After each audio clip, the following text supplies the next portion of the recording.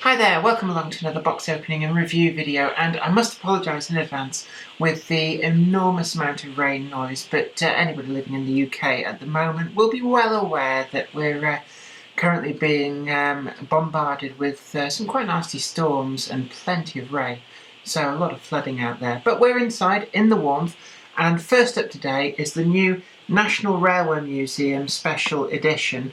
And this is the 242 radial tank.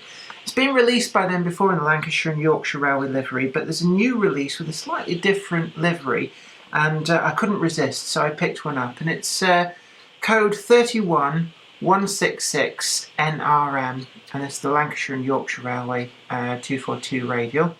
And we can see that it's come in the Railway Museum packaging, which we're going to slide that out now, and what we find is that that's just an outer that goes over the top of the existing Bachmann packaging. So what's inside is pretty much standard. Got the L&YR tank, we can see it in there, and we remove it from the Bachmann slip case. These are all quite nice. It's a lot nicer than some of the older packaging that they used to have. So we've done quite a few of these now, so I don't need to linger on the packaging at all. So we're going to squeeze this out, get rid of that, put the usual guarantee paperwork, things like that in there.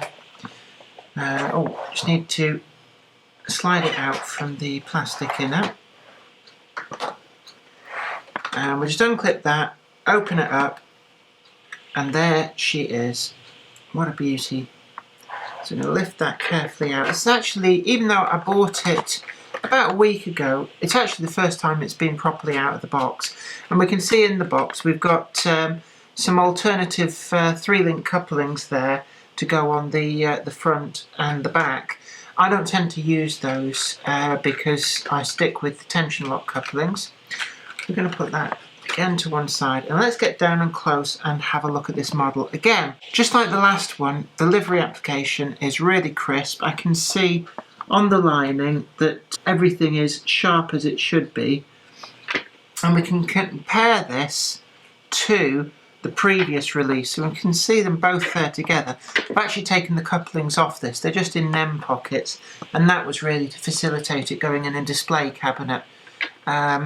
But if we put the two together, we can see they don't have sprung buffers. The previous release didn't, the new release doesn't. And we're looking at pretty much the same livery. The only real exception that we've got here is the arched Lancashire and Yorkshire on the tank sides. We've got the same Lancashire and Yorkshire Railway crest. I'm just looking over, seeing if there's any difference in any of the other equipment. We've got the 2 whistles on the cab. Yeah, pretty much everything else is exactly the same as the previous release.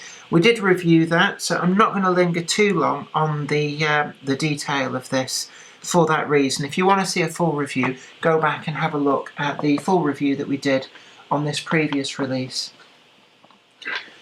So everything is pretty much the same. I can hear something loose in there. I don't know what it is. It doesn't look to be important, whatever it is. All the brake rigging comes ready attached, just like the previous one. And looking closely over it, no damage, no missing bits. And we've got that lovely gap of daylight underneath the boiler. I don't know whether you can see that there. It really is a nice effect. Gone are the days of old where you'd have a big brick under there with the motor in it. Livery application, very sharp on the Lancashire and Yorkshire. We've got the same plate with the 1008 as per the previous release there. So really it's just gone through the tampo process one extra time to give us the Lancashire and Yorkshire.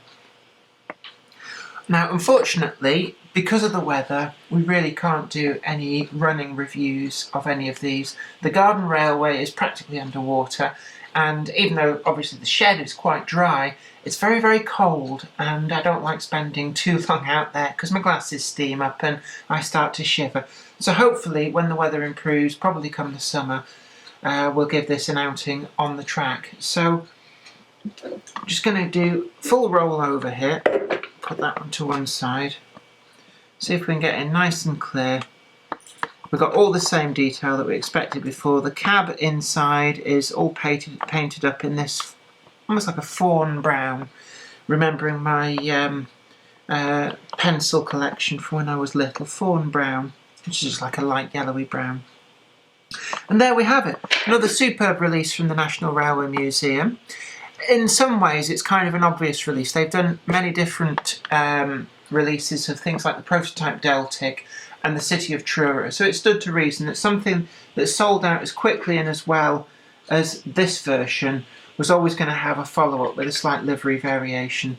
It costs £109.95, so just shy of 110 notes, and available from the National Railway Museum either by going to either of their outlets in Locomotion in Shildon or the Railway Museum itself in York. It can also be found on their website and is available mail order, but you will pay postage as extra. Anyway, I hope you've liked this short box opening and review video. We're going to be back with some more, and we're going to linger a bit more on the detail with the ones that are to come. But with this, because we'd already reviewed that, we didn't need to linger too long anyway. Don't forget to like this video and share it too. And this is me, Jenny Kirk, saying take very good care of yourself and bye for now.